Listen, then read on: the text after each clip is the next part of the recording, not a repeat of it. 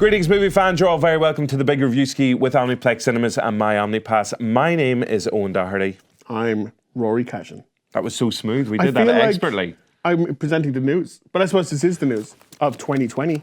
Breaking news. What we're going to be bringing you today are our favourite looking films for 2020. Favourite looking. Favourite looking. We've picked 5 each. That's 10 in total. Math. 1 for every month of the year. No. So we're going to be having a look through those. Don't forget, you can subscribe to the Big Reviewski. We've got our podcast going up each week. We've also got our show right here in these lovely fancy Omniplex chairs as well. We're out every single week. But this is I suppose this is like a belated Christmas gift for everybody. Sure, yeah. Or a start of decade present. That's a thing. Do I have to buy more presents for people? Just for me. A start of decade present. Mm-hmm. Okay, we'll do that. 1 every 10 years. Okay, right. Well, I think of what I'm going to get you. You get started. What's the first movie that we think is one of our favourite looking? Parasite. That's not just me describing on Doherty, guys and girls. It is a film that's been out in the States, and American critics have called it one of, if not the best film of 2019. But we don't get it here until February 7th. It's from the director of Okja. Love that. Snowpiercer. Love that. The Host. Love that. And apparently it's one of those films that the less you know about it, the better. So to that end. Don't say anything. Next one. Speaking of... I know. So, like, you're not going to give me anything else in Parasite. That's it. It's done. No, but speaking of... Quiet Place 2. Oh, yeah. You have to be quiet. First one was great. The first one was phenomenal. Still one of my favourite cinema-going experiences in recent years. Mm-hmm. Absolutely jam-packed cinema. Everybody crapping themselves. Yep. Not just because I was there. It was fine. No. I was allowed to be out. It's that okay. Day. And what happened was one of the most terrifying moments in the movie. Somebody knocked over their drink canister, and then everybody erupted into really nervous, shit yourself laughing. So that was good. No, it was absolutely brilliant. John Krasinski, Emily Blunt were both brilliant in the first one. The kids as well. Krasinski is back to direct the sequel. When's this one out? March 18th. Blunt is back, and she's joined by Cillian Murphy. Unbelievable. That's why they're releasing it on March 18th. It's Paddy's Day tie-in. It's going to be Irish. He's going to turn up as like a little leprechaun. I don't write movies. And that's why.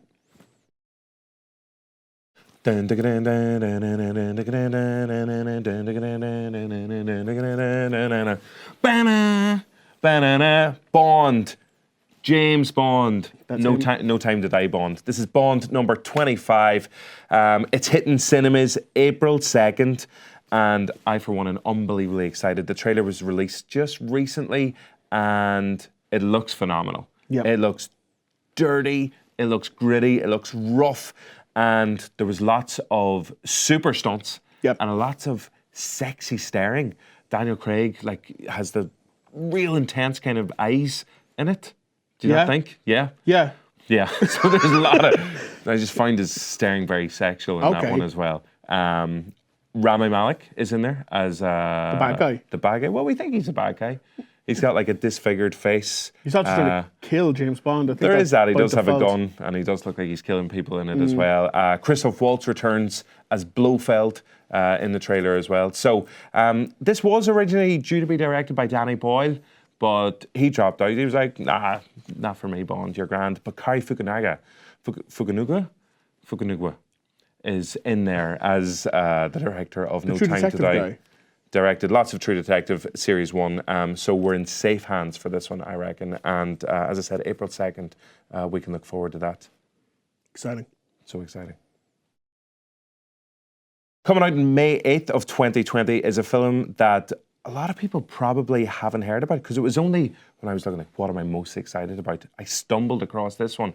What do you get if you cross Tom Hanks with World War II? Gosh. Just class movies. All right. Saving Private Ryan. Yes. That one where he saved Private Ryan. Do you remember the one where the private went missing and he had to go and save him? Band of Brothers? He was associated with Band of Brothers as well. So basically, Tom Hanks plus World War II is a good thing, always. And he is back in Greyhound, which tells the tale of a ship commander that has to navigate its way through the ocean during the Second World War, but it's trying to navigate other ships home as well, but they're being pursued by a fleet of U-boats, those pesky U-boats trying to kill them all the time, basically. So not too much is known about the movie so far, but basically you've got Tom Hanks, Elizabeth Shue, and Stephen Graham, which is a phenomenal kind of triple header of actors as well. And yeah, no, just super duper excited. He also did Bridge of Spies, which is during the war, but Private Ryan didn't probably.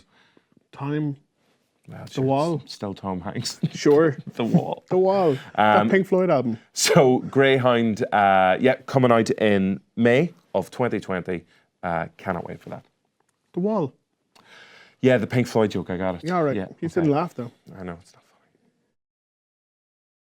May 22nd. Right? Yep. Are you ready? You've got my attention. What are you doing that day? I'll tell you what you're doing that day. Okay. You're going to see the 10th movie in the Fast and the Furious universe, Fast and the Furious 9, because of Hobbs and Shaw, which was the one we had this year. I had my hand up. I had a question. I had a question. But you answered it immediately. I sure did. Charlize Theron back as the baddie. Although all the baddies end up coming back as a goodie eventually. Remember Jason Statham always killed turn. that guy, and now he's one of the heroes. Spoiler alert. Luke Evans, ditto. Helen Mirren. Sure, I guess, to an extent, yeah. Yeah, so like they all end up coming back. The Rock. The Rock was an enemy for a while. But he was a good guy. Enemy. that's Like true. if you think about it, all these guys are breaking the law in every single movie. They're speeding. Wait, are you telling me the good guys are the bad guys? Anti-heroes. They all have to go on one of those like speeding awareness courses that takes up half their day. It's like 5 hours of their day. Yeah. And I go, for God's sake, and they just sit there and they don't even have to do a test at the end. It's just like, you were caught speeding coming down the Strand Road, and we caught you this time. You were doing 37 and a 30, and now in January you're going to have to go to this speeding imagine course. them doing 37. Like they weren't not going too particularly fast. fast. They were just going around somebody. They might have been angry about it, which is the way the Furious comes in. This is true. What were we talking about? Fast and Furious 9. Very exciting. Rory, Pixar movies? Yes. Are you aware of them? Yes. Do they make you cry? Normally. For a bit of context, Rory has a heart of stone. Yeah, and tear ducts of cement. He actually had them plastered up so he wouldn't cry. Soldered. What a monster. Soldered. Yeah, that's the one. So Pete Docter, one of the big brains at Pixar, has a brand new movie coming out on June 19th of 2020. He's the guy who directed Monsters, Inc., Up, and Inside Out. This is where the tears would be. They would be. Thank God for that soldering iron. So soldering iron. Connections. Look at this. So there's a brand new movie coming out next year, and there's been a little bit of teaser footage released for it so far. Yeah, that word as well. It stars Jamie Foxx and Tina Fey as well, and it tells a tale of a jazz pianist, a teacher who, and this is when Pixar, this is why they get the big bucks. He is basically transported, or he's transformed into a soul and goes into the place where souls are created and learn how to pick their passions for their humans. So everything that you're interested in your life, that's how this is kind of the origin story of that. So you just know it's going to be unbelievably heartbreaking and mind-blowing, kind of in a similar way to... It's almost as if like Inside Out with the emotional side of it, and something like Coco, which had music playing like a really important role as well. So Soul is going to be just the Pixar film to break your heart in 2020, basically. Are you crying already? I'm... yeah, can we just cut there? Can we just cut there? Do you want to hear a scientific fact? No. Okay. Right, I got nothing else. Anyway, there's a brand new movie coming out July 17th. It's Tenet. It's from Christopher Nolan. Nobody really knows anything too much about it, but the scientific fact that I was going to tell you, I'm going to tell you anyway. Christopher Nolan has never made a bad film, even when everyone said, what? Well, what about... What? What about what? Enjoy. No, you see, he's never made a bad movie. So that's why we can all place our hopes in Tenet. There were rumours of a trailer that kind of, a little bit of footage that played. It was in the cinema. And then, but then like... For a week. But it disappeared again. Gone. And I missed it. I didn't see it anyway, did you? I did. Yeah, it was pretty good.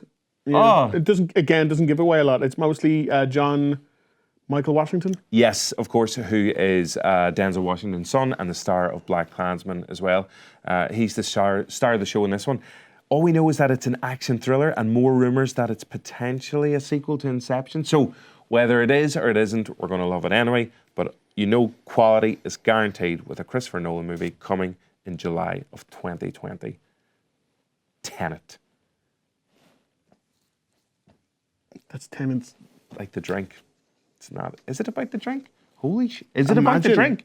You've seen the trailer. It's about the drink. $200 million movie about tenants. August 22nd sees the release of a movie which is about the world's, or one of the world's, favourite twosomes. Are we getting a wrong movie? No. It's Bill and Ted. They're back, finally. Way back in 1989. Ask your parents, kids. Oof. Bill and Ted's Excellent Adventure was released. Yeah. Then in 91, Bogus. God, I'm just seeing the poster there. They look old. Wow. Look at how old they look. They look like two old people trying to escape a home. This is the only... Don't they? This is the only photo where Keanu Reeves doesn't That's look not working young. for him. God. Anyway. It's a long time in a phone booth. Bill and Ted Face the Music is coming out, as we said, in August of 2020. The two guys are getting back together. William S. Preston, Esquire, and Bill... Theodore? Theodore Logan. Theodore Ted Logan. It's a great name. Can we do the Wild Stallions guitar for a second? I've never seen... Oh, God. Diddly, diddly, diddly, diddly, diddly. It's basically those two guys, but like their grandkids. Oh. Yeah. So we have Alex Winter and Keanu Reeves returning to the big screen. I'm not sure what Alex Winter's been up to. Been making documentaries and stuff like that. Keanu Reeves... I think he's been hanging out with the guy who isn't Mike Myers from Wayne's World. That would be a funny twosome. I want to watch that movie. And Keanu Reeves is just busy being the soundest person in the world and being everybody's favourite actor. Yeah. So we're very excited about this. Basically, the premise is the two guys, obviously they're slightly older, but they have to create the song that is going to save the world and save the universe. So they enlist the help of their friends, of their family, and in perfect Bill and Ted style, a bit of time traveling, they enlist the help of famous musicians from time gone by as well. So it sounds like it's going to be a whole lot of fun. So Bill and Ted Face the Music coming out next August. Just do it once. No, it's a different song My you're guitar playing. is broken. No. The MCU, it's not over. He clicked it. He clicked it. It's not over. It's Thank still, God for these MCU updates. Everybody knows this. It's like there's still a lot of money to be made, guys. A lot of movies. One of them, gone back into space, is the Eternals, which is apparently the MCU going into alternate and multiverses. I want to be the only one to hold you, protect you from the pain. Like that. I don't think I get the reference. Eternal. The girl band. Yeah. Close. This girl band consists of Richard Madden, Okay. Angelina Jolie, Yeah. Salma Hayek, Yeah. and our own Barry Keoghan. Love her. She's some voice. Yeah, again, not a huge amount of info on it. We just know it's got a lot of famous people, and it will be in space. And that's all I've got for you. Famous people in space. I'm sold. When's that out again? November 6th, Can't wait. MCU. I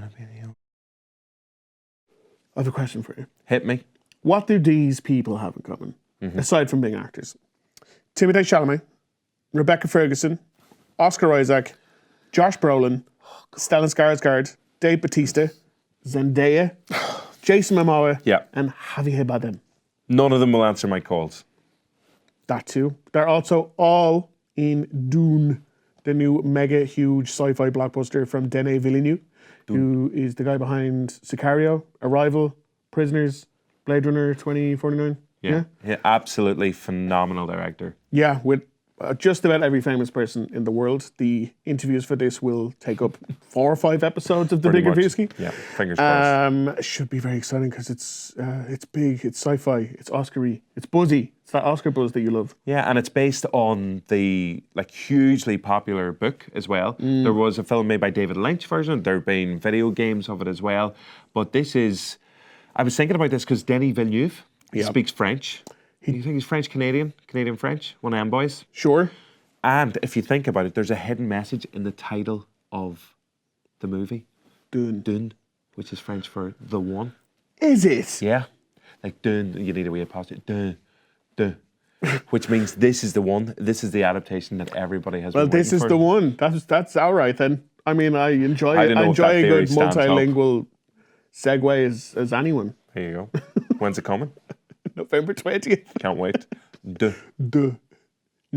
So that's all not all. That's just some of the Only movies. 10. Like, Only 10. there's probably a lot that we don't even know anything about. There's at least 20 more movies to come out in 2020. Yeah, but like one every second week, according to your math. Roughly. I'm terrible with numbers. If you would like to let us know what movies you're excited about coming up next year, you can let us know in the comments below, or you can tweet us or Instagram or social, or write us Is that letters. how you Instagram? That's our Instagram. It hasn't been going too well for me. Nobody likes it's a lot of nonsense. Nobody likes my posts. Is that a thing people say? Sure.